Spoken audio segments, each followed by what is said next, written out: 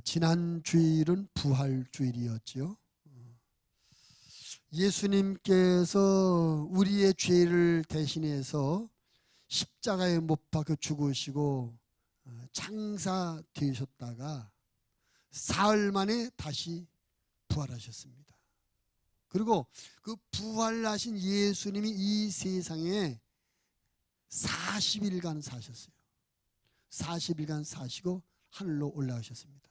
근데 40일간 사시면서 11번 제자들을 만나시고 제자들이 당신을 나타내셨어요.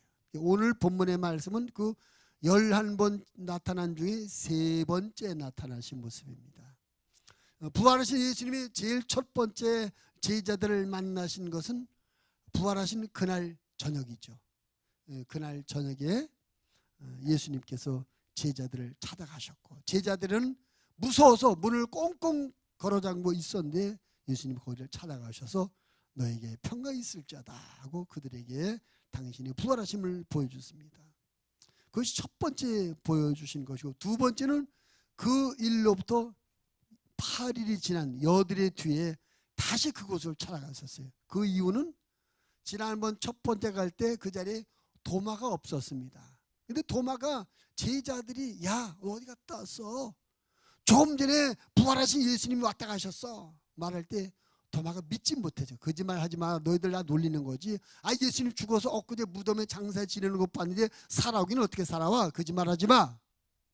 나는 그 예수님이 그 못 박인 손, 허리에 창 찔린 손 내가 직접 보고 만져보지 않으면 못 믿겠어.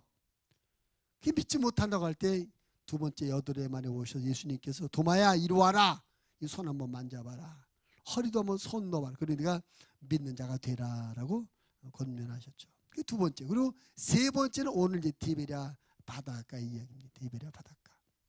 예수님의 제자 중에 베드로를 중심으로 한 7명의 제자가 디베랴 바닷가, 그 이유는 갈릴리 바다인데 뭐 가이사랴, 디베랴 이렇게 그 지역에 따라서 이렇게 우리 한강도 뭐 망원 유역, 뭐 잠실 유역, 천호도 암사 유역 이렇게 같은 한강이지만 지역마다 이름이 다른 것처럼 이 그 갈릴리 호수도 마찬가지예요. 같은 호수만 어느 지역에 따라 다른 건데 디베랴 쪽에서 디베랴 호수라고 나와요. 거기에 베드로를 중심한 7명의 제자들이 지금 고기를 잡으러 갔어요. 제자들이 밤새도록 고기를 잡으려고 애썼지만 하나도 못 잡았습니다. 밤새도록 헛수고하고 아침이 돼서 고기 잡는 것을 포기하고 그들이 배를 몰고 해변으로 나올 때 예수님께서 해변가에서 불을 피워놓고 생선을 굽고 떡을 만들어서 제자들을 맞이해서 그들과 조반 식사, 아침 식사를 하시게 되는 이야기입니다. 오늘 이 이야기를 통해서 우리가 하나님의 말씀의 은혜를 받으려고 합니다. 말씀의 제목은 부활 이후 세 번째 나타나신 예수님. 따라합시다. 부활 이후 세 번째 나타나신 예수님. 오늘 예수님께서 디베랴 바닷가도 제자들을 찾아오셨습니다. 그 이 이야기 가운데 우리가 꼭 받아야 될 하나님의 은혜가 있는 것입니다. 오늘 이 말씀 가운데 제일 먼저 우리가 보려는 것이 무엇이냐? 자, 2절 말씀, 3절 말씀 한번 먼저 봅니다. 2절 3 읽겠습니다. 시몬 베드로와 디두모라 하는 도마와 갈릴리 가나 사람 나다나엘과 세베대의 아들들과 또 다른 제자 둘이 함께 있더니 시몬 베드로가 나는 물고기 잡으러 가노라 하니 그들이 우리도 함께 가겠다 하고 나가서 배에 올랐으나 그날 밤에 아무것도 잡지 못했다. 예수님께서 디베랴 호숫가를 가셨는데 왜 가셨냐면 이 제자들을 만나러 가신 거예요. 예수님은 그 제자들을 만나러 가셨는데 그때 그 제자들은 어떤 상황이었습니까? 고기 잡으러 갔어요. 밤새도록 실패했어요.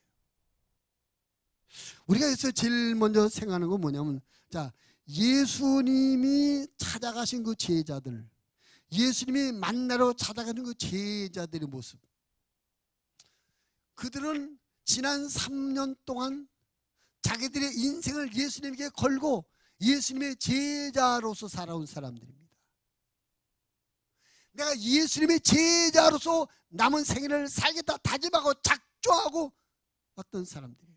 그리고 지난 3년 동안 예수님을 통해서 많은 은혜를 체험했고 말씀도 받고 기적도 경험했습니다. 예수님이 만드신 떡도 먹어보고 풍랑이 잠잠게 되는 것도 경험했고 죽었던 나사로 살아난 것도 보았고 아무튼 다른 사람들이 들을 수 없던 말을 들었고 다른 사람들이 볼 수 없는 것을 보았고 다른 사람이 경험할 수 없던 것을 경험했습니다. 다시 말하면 다른 그 어떤 누구보다도 예수님의 은혜를 많이 받은 사람이다. 그리고 부활하신 예수님께서 그들을 찾아가셔서 그를 지난번 2번이나 만나셨어요. 그랬다면 그들은 야, 예수님이 다시 살아나셨다, 예수님이 전에 말씀하신 대로 다시 살아나셨다, 그 부활의 주님 소식을 세상에 나가서 증거하고 전파해야 됨에도 불구하고 그들이 지금 팽개치고 고기 잡으러 왔어요. 한마디로 막 은혜를 다 잃어버리고 고기 잡으러 왔다는 겁니다. 여러분, 우리들의 약점이 뭔지 아십니까? 사람의 약점, 은혜를 너무나 쉽게 잃어버린다는 거예요. 은혜를 너무나. 은혜 받고 그 은혜가 충만하면 신앙생활 행복하고 재밌죠. 은혜 받고 은혜가 충만한 가운데는 하나님을 봉사할 때 얼마나 신나는지 몰라요. 저희 신학교 다닐 때 여름방학마다 우리가 학생들이 철원에 가면 대한소원이라고 있어요. 그 대한소원에 봉사를 갔는데 그때 지금도 가면 그 건물인데 그때 그 대한소원에 항상 그 성전을 새로 짓는, 그것은 옛날 일제 때부터 있던 역사가 오래된 수도원이거든요. 거기 성전을 그 새로 짓는 우리 신학생들이 가서 봉사했어요. 갈 때 우리 거기 가난한 기도니까 삽도 사가지고 괭이도 사가지고 다 사가지 가서 얼마나 그냥 온 추링 입고서 그냥 하루 종일 땀 뻘뻘 흙파 날리고 돌 날리고 얼마나 고된 완전히 노가다 노동일이거든요. 근데 누구나 힘들다 불평하지 않아. 야, 신난다 행복하다 찬송을 불러가면서 땅을 파고 찬송을 불러가면서 돌을 치러냈어요. 신학생 때가 얼마나 은혜가 충만했답니까? 그러니까 은혜가 충만한 가운데니까 그거 재밌어요. 신나고 재밌어요. 뭐 일당 받고 하는 거 아니고 누구 와서 도와달라고 말하는 거예요. 뭐 자원해서 하나님의 은혜가 충만하면 그렇게 힘든 일에도 힘든 일 벌고 기쁘고 감사하고 행복하다라고 그래요. 여러분, 하나님이 일하신 것이 힘이 드시고 부담이 되시면 스스로 영적 진단, 자가 진단해. 내가 은혜가 떨어졌구나, 은혜가 식어졌구나. 하나님의 은혜를 받으며 은혜 가운데 하면 하나님의 일이 재미가 있어요. 힘든 줄 몰라요. 아주 그냥 행복해요. 내 시간을 드리고 내 몸을 드리고 내 물질을 드리면서 하나님께서 행복하고 기쁘고 얼마나 좋은, 이 세상에서 맛볼 수 없고 세상에서 살 수 없는 만족과 기쁨을 하나님의 은혜 가운데 일하게 되면 그런 게 얻을 수 있거든요. 근데 우리가 문제는 그 은혜를 유지하지 못하고 곧 식어버린다는 거예요. 제자들이 지난 3년 동안 그렇게 은혜를 많이 받고 얼마 전에도 예수님 부활한 걸 직접 2번에 목격했어요. 얼마나 은혜 받았겠습니까? 꼭 죽었는 줄 알았는데 예수님이 다시 살아났어요. 얼마나 기가 막히고 놀라운 은혜겠습니까? 근데 불과 며칠 못 가서 그 은혜 다 잃어버리고 고기 잡으러 가야지. 우리들의 모습이라는 거죠. 중요한 것은 그 은혜를 잃어버리고 완전히 세상을 향해서 주님을 등지고 세상을 향해서 고기 잡으러 갔는데 예수님께서 그들을 찾아오셨다는 거예요. 너희들 나를 떠나서 나를 배신해서 알아서 나도 너희들한테 안 가, 나도 너희야 절교야, 이렇게 하신 것이 아니라 찾아가셨어요. 그들을. 그게 하나님의 사랑이라는 거죠. 우리는 주님의 은혜를 잃어버리고 가던 길을 방향을 바꿔서 잘못된 길, 하나님을 등지고 세상을 향해서 가게 되는 순간에도 우리 하나님은 우리를 버리거나 우리를 포기하거나 우리를 정죄하지 아니하시고 찾아와 주시는 주님. 할렐루야. 그게 사람과 차이점이죠. 우리는 나하고 맞지 않으면, 내게 유익이 되지 못하면 버려요, 포기해요, 끊어버려요. 근데 우리 하나님은 포기하지 않으시고 끊어버리지 아니하시고 우리를 찾아와 주시는 것입니다. 할렐루야. 부활의 주님이 우리를 찾아오심을 감사하시기를 바랍니다.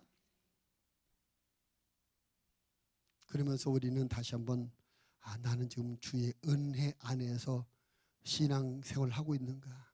은혜 없이 신앙생활을 하고 있는 것은 아닌가? 은혜 안에서 신앙생활하면 다 재미도 있고 성도님 얼굴만 봐도 기분 좋고 만족감 있고 행복한데, 은혜가 떨어지면 교회 가기도 싫고 성도들 만나기도 싫고 구역예배 오랜데 가기도 싫고 그래요.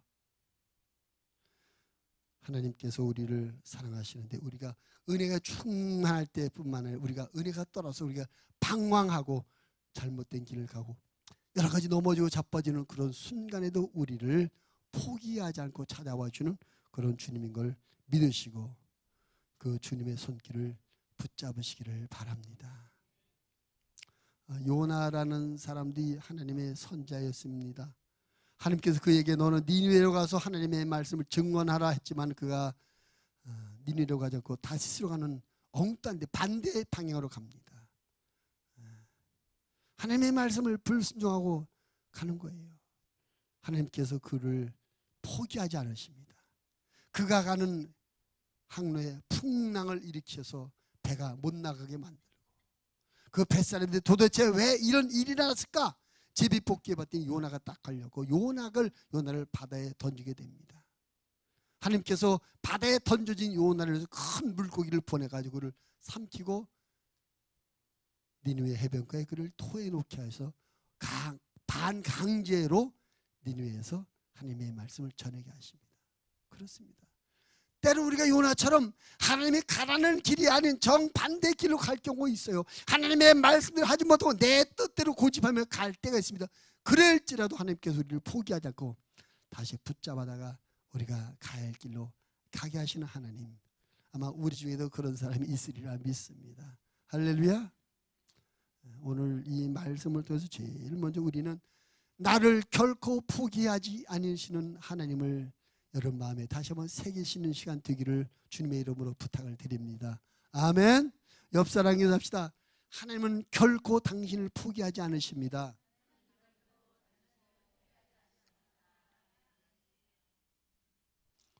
그렇습니다. 하나님께서 우리를 포기하실 수가 없어요. 왜냐하면 하나님께서 우리를 위해서 당신의 독생자 예수님을 희생시키셨는데 예수님의 생명값이 지불된 우리를 포기하는 게 쉬운 일이 아니잖아요. 우리는 보통 사람이 아니라니까요. 우리는 예사 사람이 아니에요. 우리는 하나님의 입장에서 보면 우리는 하나님의 아들의 생명값이 지불된 사람들이에요. 얼마나 귀하겠습니까? 하나님의 아들의 생명값이 지불됐기 때문에 우리 때로는 좀 휘청거리고 머뭇거리고 넘어지고 그럴지라도 우리를 포기하지 않고 받아서 붙잡아 주시고 세워주시고 밀어주시는 하나님인 것입니다. 이 하나님을 늘 기억하시고, 그래 내가 이렇게 휘청거리고 있지만 주님은 나를 결코 포기하지 않고 나를 붙잡아 주신다.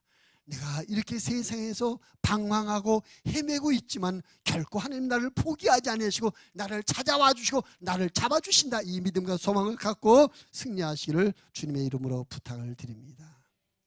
오늘 디베랴 바닷가 하나님의 은혜를 잃어버리고 자기들의 삶을 내어 던져버리고 세상으로 나가서 고기 잡으러 가는 그 고기 잡에 하면서도 고기 잡는 것도 성공하지 못하고 실패하잖아요. 밤새도록 고기를 잡으려 애쓰지만 하나도 못 잡았다. 실패했습니다.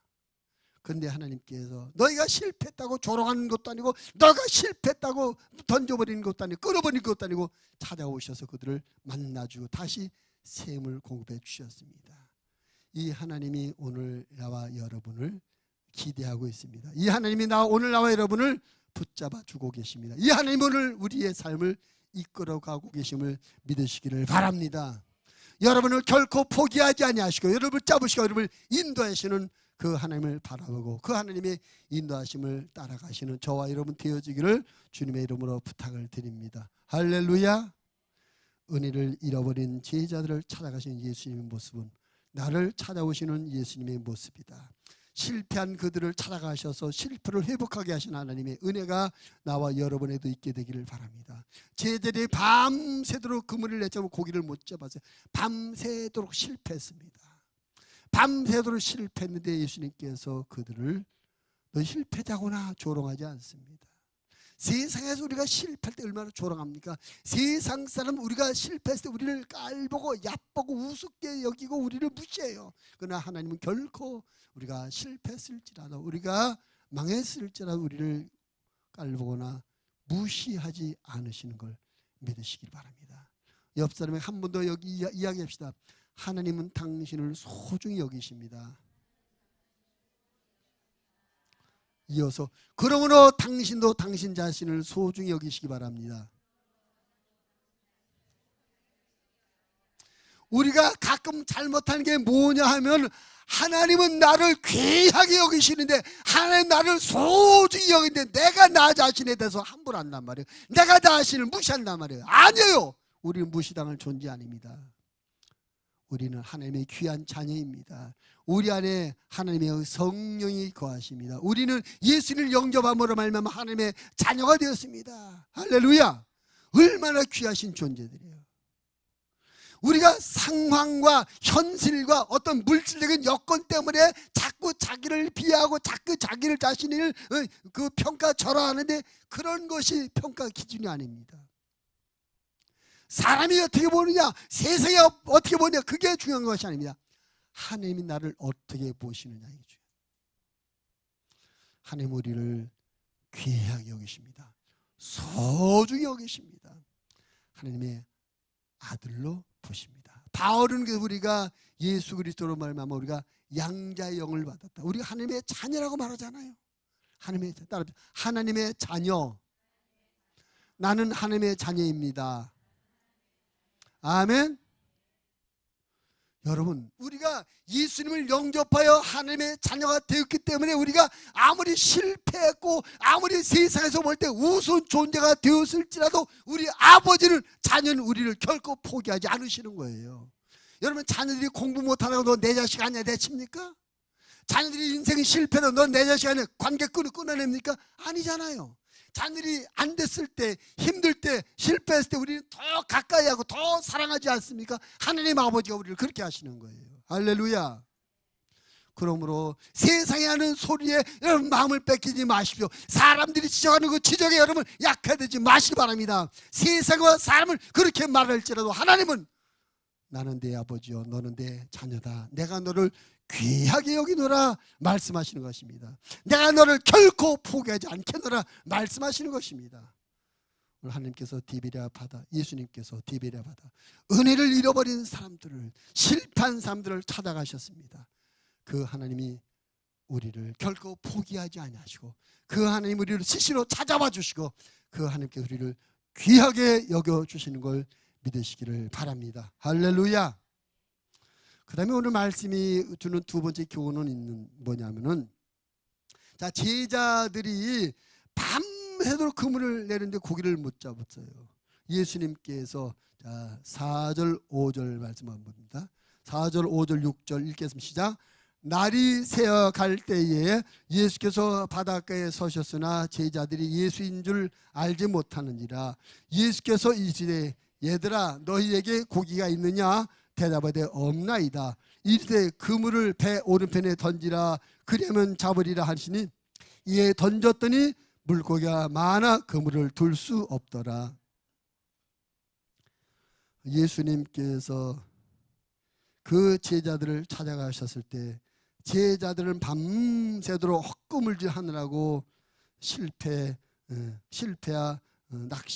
낙심과 고난을 계속 당하고 있는 그때입니다. 예수님께서 그때 그들을 찾아가셔가지고 고기 잡았느냐? 못 잡았습니다. 그럼 그물을 배 오른편에 던져봐라. 배 오른편에 던졌더니 고기가 가득 잡혔어요. 여러분, 예수님께서 밤새도록 실패한 그들을 찾아오셔서 그들의 실패를 성공으로 바꿔주셨습니다. 그 결과가 뭡니까? 그 다음 말씀 7절 읽겠습니다. 시작. 예수께서 사랑하시는 그 제자가 베드로에게 이르되 주님이시라 하니 시몬 베드로가 벗고 있다가 주님이라 하는 말을 듣고 겉옷을 두른 후에 바다로 뛰어내리더라. 할렐루야. 야, 예수님이네. 예수님. 저분이 예수님이야. 그들은 깜빡 잊던 예수님. 자기들을 위해서 십자가 죽으시고 사흘 만에 부활하시고 부활하신 후에 이후 두 번에 자기들이 만나주고 자기에게 나타나셨는 그 주님을 그들이 잊어버리고 있었어요. 그들이 고기가 있느냐, 너희 밤새도록 고기 몇 마리 잡았냐 물어볼 때도 그들은 그분이 예수님인지 몰랐습니다. 근데 예수님께서 그물을 오른편에 던져보라 말씀하셨고 그 말씀에 순종해서 던졌다가 고기를 많이 잡게 될 때 그때서 야, 저분이 주님이네. 예수 그리스도에 대한 믿음을 다시 회복하게 되었습니다. 예수님께서 디베랴 호숫가로 세 번째 제자를 찾아가는 이유가 뭡니까? 그들의 믿음을 회복시켜 주기 위해서. 여러분, 예수님께서 그들이 밤새도록 그물을 내고 고기를 못 잡아서 빈 그물 된 건, 아침 먹지 못하게 된 건 그것이 문제가 아닙니다. 고기를 못 잡아서 경제적인 어려움을 당해야 되고 그것이 문제가 아니었습니다. 오히려 그것을 이유 삼아, 그것을 기회 삼아 그들에게 예수님에 대한 믿음을 회복시켜 주는 것이 주님의 의도였다는 것입니다. 믿음을 잃어버린 사람들의 믿음을 회복시켜 주시는 예수님을 믿으시기를 바랍니다. 할렐루야. 예수는 우리의 믿음에 관심이 있으신 거예요. 우리의 믿음에 관심. 그리고 우리에게 믿음을 심어주기 위해서, 믿음을 강화시켜주기 위해서 예수 우리의 삶의 문제를 건드시는 것이죠. 고기 몇 마리 잡았니? 밤새도록 얼마나 잡았니? 우리의 생활에, 현실적인 생활에 관심이 있은 것입니다. 못 잡았는데요, 밤새 헛수고했는데, 그래? 그럼 오른편에 던져봐라. 잡고 나니까 주님이십니다.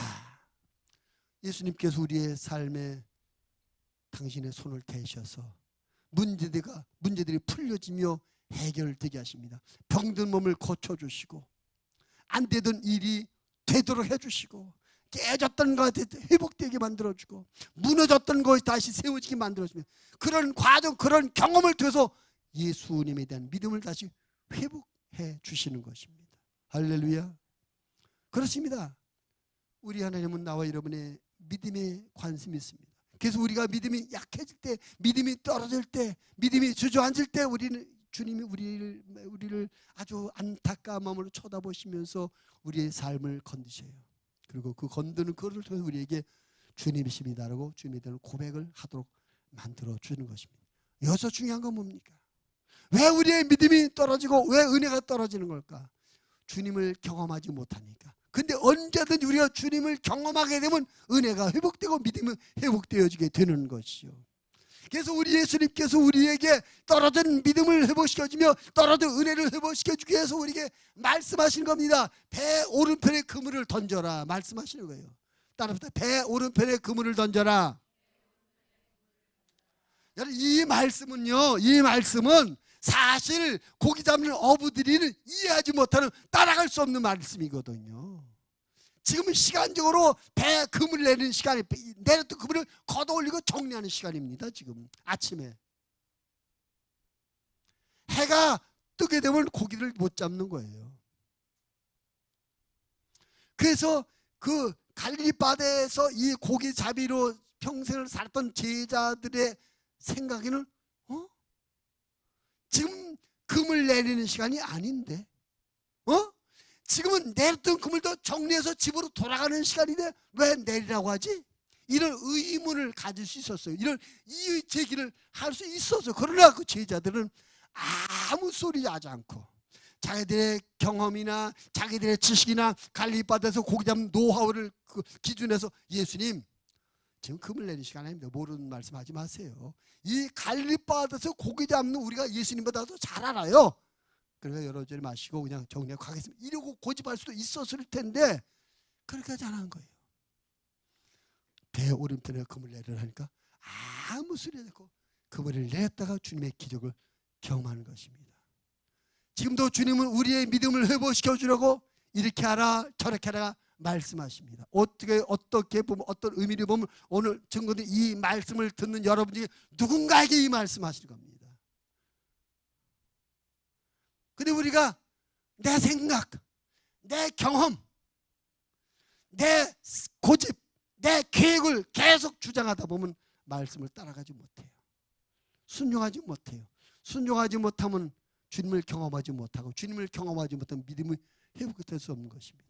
오늘 예수님의 제자들이 배 오른편에 그물을 내리는 말씀에 아무런 이유를 제기하지 않고 아멘하고 순종함으로 말미암아 하나님의 기적을 경험하고, 그 경험을 통해서 이 믿음이 회복되어졌던 것처럼 우리 하나님께서 하시는 모든 말씀, 성경의 모든 말씀, 성령이 우리에게 감동해 주시는 말씀을 항상 아멘하고 순종하시는 우리들을 되어지기를 바랍니다. 하나님의 말씀에 순종하여 행하면 하나님의 기적을 보게 될 것이며 하나님의 만지심을 경험하게 될 것입니다. 하나님의 기적, 하나님의 만지심을 경험하게 되면 와! 하나님이 살아계시는구나. 와! 하나님이 나를 사랑하고 계시구나. 와! 하나님의 말씀다니까 안 되었던 거 되는구나. 믿음을 회복해. 역시 주님이 살아계시다. 역시 주님이 대단하시다. 주님에 대한 믿음을 회복하게 될 줄로 믿습니다. 우리 하나님께서 우리의 믿음을 회복시키는 방법입니다. 말씀하시는 거예요. 지금 이 말씀입니다. 기도하라, 겸손해져라, 금식해라, 찬양하라, 베풀어주라, 내려와라, 마음을 열어라, 용서하라, 사랑하라. 여러 가지로 우리에게 말씀하십니다.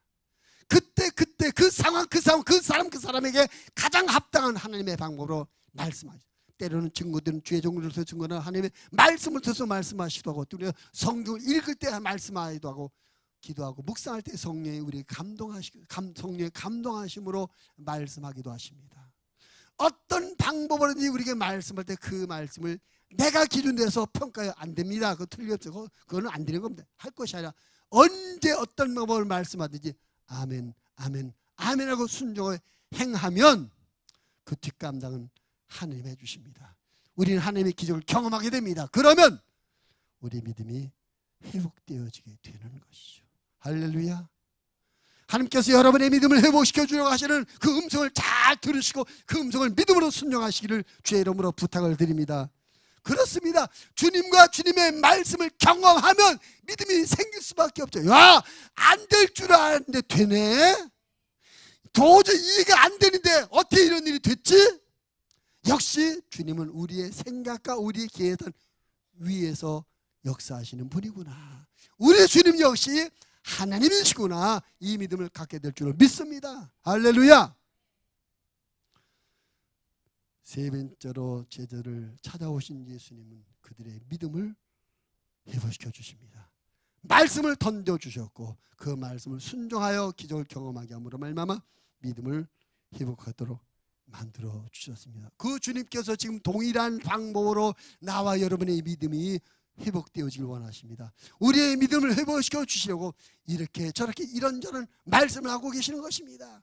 어떤 말씀을 듣든지 그 말씀을 이 말씀 저 김 집사의 말이구나, 이거 저 박 집사의, 그렇게 하지 마시고 내게 주시는 말씀이라 내 믿음을 회복시켜 주시려고 주님이 나에게 주시는 명령이라고 받으시고 그들을 믿고 행하셔서 하나님의 기적을 보고 믿음이 성숙함에 이르는 축복된 성도들이 되시기를 주님의 이름으로 축원을 드립니다. 이렇게 세 번째 찾아오신 예수님께서 은혜를 잃어버린 그들을 찾아오셔서 만나 주셨고 그들의 믿음을 회복시켜 주셨습니다. 그리고 마지막 한 가지 더 있습니다. 그 세 예수님 하신 일 13절 말씀,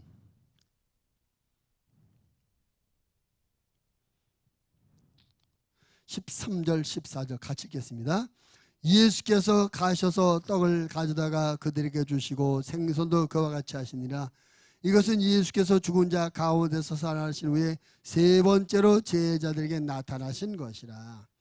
예수님께서 제자들과 함께 아침 식사를 같이 하시는 거죠. 같이 떡을 먹고 생선을 구워서 생선 바베큐를 해서 이렇게 아침 식사를 하시는 거예요. 맛있게 식사하십니다. 제자들이 밤새도록 그물을 내렸다 올렸다 내렸다 얼마나 힘들고 지쳤겠어요. 그러나 또 그것도 고물을 내릴 때마다 고기가 잡아오려면 신나서 힘든지도 모르고, 뭐 잘 되면 힘든지 모르거든. 안 되면 더 힘들거든. 밤새로 고기를 못 잡으면 얼마나 힘들었겠어요. 아주 배도 고프고. 근데 예수님께서 따끈따끈 아침 만들어 놓으시고 생선도 막 구워서 나는 얼마나 맛있게 먹었습니다. 그들과 함께 식사를 하시던 중에 뜬금없이 예수님께서 베드로에게 이런 질문하십니다. 15절. 그들이 조반 먹은 후에 예수께서 시몬 베드로에게 이르시되 요한의 아들 시몬아, 내가 이 사람들보다 나를 더 사랑하느냐? 뜬금없이 베드로에게 묻습니다. 요한의 아들 시몬아, 내가 여기 있는 이 친구들보다 나 더 사랑하니? 베드로가 얼마나 당황했을까요? 그때 베드로가 대답하면, 주님, 그렇습니다. 내가 주님을 사랑하는 거 주님이 아시잖아요. 또 다시 묻습니다. 요한의 아들 시몬아, 내가 나를 사랑하느냐? 주님, 그렇습니다. 내가 주님 사랑하는 거 주님 아시잖아요. 3번씩이나 묻고 3번 베드로가 대답했어요. 베드로로부터, 주님, 내가 주님 사랑하는 거 주님이 아시잖아요. 나 주님 사랑합니다. 그 사랑의 고백을 할 때마다 주님이 말씀하십니다. 내 어린 양을 먹여라. 내 양을 치라. 내 양을 먹이라. 여러분, 예수님께서 3번씩이나 반복해서 내 양을 먹이라고 베드로에게 말씀하셨습니다. 여러분, 양을 먹이란 이 말씀의 의미가 무엇일까요? 양을 먹이는 이 목양의 일은 앞으로 예수님께서 하늘로 승천하신 이후에 베드로를 중심한 그 제자들이 감당해야 될 사명이었던 것이죠. 그래서 부활 이후 3번째로 제자들을 찾아오신 예수님은 그들이 던져버렸던 사명을 다시 붙잡도록 사명을 되찾아 주시는 것이죠. 사명, 따라합시다. 사명. 사명이 무엇입니까? 사명. 영어로 미션이라고. 사명. 국어 사전에 사명이란 그 단어의 뜻은 맡겨진 임무, 맡겨진 임무. 요즘 TV 드라마, 어떤 드라마가 유행하나요?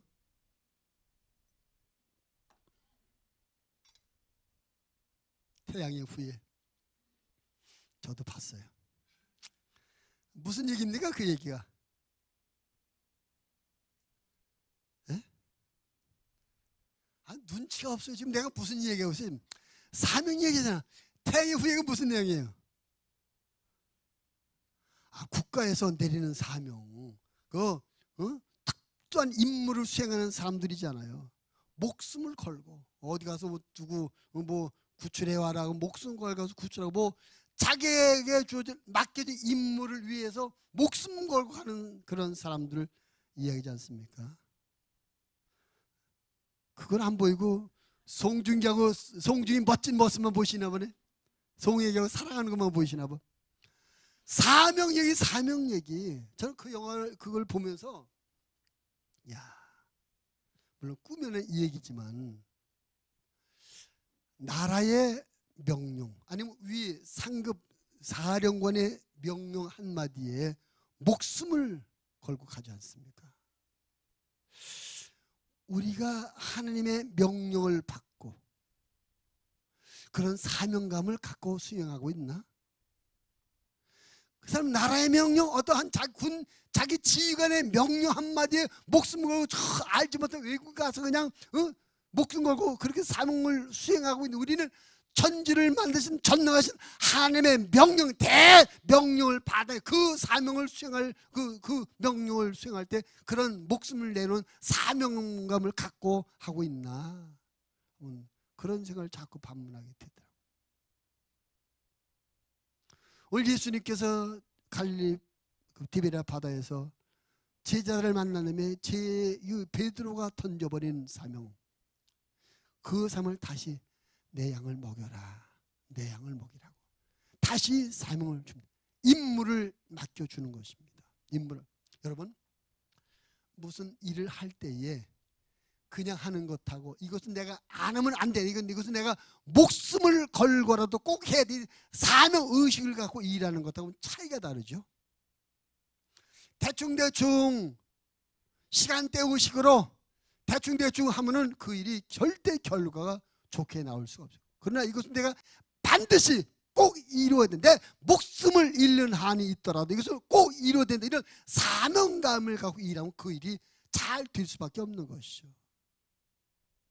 우리의 신앙생활이 사명적 신앙생활이 되어야 될 줄을 믿습니다. 그러니까 같은 신앙생활에도 그냥 교회 다니는 거지 뭐, 그냥 교회 다니는 이렇게 해서 다니는 것하고 하나님께서 이 길은 나에게 가라고 맡겨준 길이다. 이 일을 하나님께서 나보고 하라고 내게 맡겨준 일이라고 하나님으로부터 받은 사명감을 인식하고 신앙생활하는 것하고 천지 차이가 날 수밖에 없어요. 우리가 하나님을 섬기는 모든 일에 사명감이 있게 되기를 바랍니다. 그러니까 성전 예를 들면 성전 청소를 하더라도 오늘 우리 구역이 당번이야. 우리 구역이 당번이야. 이런 인식을 갖고 청소하는 사람의 빗자루질과 이것은 하나님께서 오늘 나에게 맡긴 하나님의 일이야. 하나님께서 내게 주신 사명이야. 이 사명을 생각하고 청소하는 사람의 빗자루질이 같을 수가 없어요. 같은 빗자루질이라도 같은 빗자루라도 같은 청소라도 우리 구역에 해야 돼. 우리 구역이 당번이라서 해야 된다는 생각과 하나님께서 맡기신 일이라는 생각을 갖고 할 때 다를 수밖에 없다 이거죠. 이 찬양단도 내가 이거 뭐 해야 될 거니까 해. 내가 악기를 배운 사람이니까 해. 그것하고 하나님께서 내게 맡기신 일이야. 다른 거예요. 우리가 하나님을 섬기는 모든 일에 이런 사명의식을 갖고 하면 승리하리라 믿습니다. 목숨을 걸고라도 이루어야 된다 할 때 우리가 얼마나 최선을 다하겠어요. 우리가 그런 영적인 결단력, 우리가 이런 영적인 믿음의 결단력 이런 것을 갖고 신앙생활을 하면 원수막이 한 길로 왔다 일곱 길로 도망가리라 믿습니다. 할렐루야. 우리가 좀 이왕에 하나님을 섬겨 신앙생활하는 것 되는 대로 흥청망청 이랬다 저랬다 하지 말고 이왕에 하나님 믿는 것, 이왕에 예수 믿는 것 사명의식을 이 길은 내가 목숨 걸고 지켜야 될 일이다. 이 길은 내가 목숨 걸고 갈 길이다. 이런 사명의식을 갖고 우리가 신앙생활을 했으면 좋겠습니다. 오늘 예수님께서 그들을 찾아가셔서 이 사명을 다시 줘요. 내 양을 먹이라, 내 양을 치라. 그럼 여러분 하나님의 교회에서 하나님을 섬기하는 모든 것을 사명의식을 갖고 하시기 바랍니다. 지금 3층에서 맛있게 점심 식사를 끓이신 분들도 이건 오늘 하나님께서 내게 맡기신 일이다 이런 의식을 갖고 국수를 끓이면 더 맛있게 끓이지 않겠어요? 더 하나님이 맡기신 일인데 대충대충 얼버무려 할 수는 없잖아요. 하나님이 맡겼으면 할 수 있는 최선을 다해야 되지 않겠습니까? 우리가 주일학교 교사로서 또 찬양단으로서 뭐 여러 가지 각 분야에서 우리가 섬기는데 우리가 어느 분야에서 어떤 일로 섬기든지 이 일은 하나님께서 맡기신 일이다. 그러므로 내가 목숨을 걸듯이 내가 할 수 있는 최선을 다하자. 이런 의식을 갖고 하나님을 섬기시기를 바랍니다. 그러면 우리의 삶의 모든 것을 불꽃 같은 눈동자로 지켜보실 주님께서 보시고 기뻐하시리라 믿습니다. 하나님께서 만족하시리라 믿습니다. 그럴 때 하나님께서 우리를 축복하지 않고 누구를 축복하시죠? 하나님께서 아주 작은 일, 아주 적은 일을 맡기는데 이 하나님께서 맡긴 일이라고 우리는 그것을 하나님께서 맡기신 일이라고 사명의식을 가지고 목숨을 걸고 최선을 다할 때 그 모습을 하나님 보시고 얼마나 만족하시며 기뻐하시겠어요. 그리고 우리에게 얼마나 많은 은혜와 복을 베풀어 주시겠습니까? 우리 예배도 우리가 사명의식, 오늘 이 예배는 하나님께서 내게 맡기신 일이다 생각하고 최선을 다해서 예배를 드리고 무엇을 하든지 사명의식을 갖고 행할 수 있는 우리들이 되어야 된다. 우리는 신앙생활에 성공하고 승리하리라 믿습니다. 아멘. 여러 가지 모양으로 하나님을 섬기는 사람들이 있지만 사명의식을 갖고 하는 것과 그렇지 못한 것은 차이가 있다. 하나님 우리가 모두 사명의식을 갖고 행하기를 기대하십니다. 왜냐하면 하나님도 우리에게 당신이 할 수 있는 최선을 다하셨거든요. 하나님께서 우리에게 대충대충 하지 않으셨어요. 이 세상을 만드실 때 대충대충 하지 않으셨습니다. 우리를 구원하시는데 대충대충 하지 않으셨어요. 하나님께서 하시는 최선을 다하셔서 이 세상을 만드셨고 하나님이 하시는 최선을 다해서 우리를 사랑하셨고 우리를 하나님께서 하시는 최선을 다해서 우리를 구원해 주신 줄 믿습니다. 그러므로 우리에게도 그런 신앙, 그런 섬김, 그런 예배를 기대하고 요구하시는 것이죠. 예배도 대충대충, 찬양도 대충, 찬양도 대충, 주일학교도 대충, 그러면 안 돼.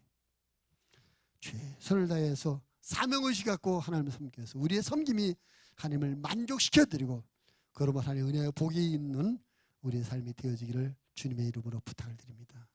부활 이후 세 번째로 제자들을 찾으신 예수님, 디베라 바다에서 주님이 그들을 만나 주십니다.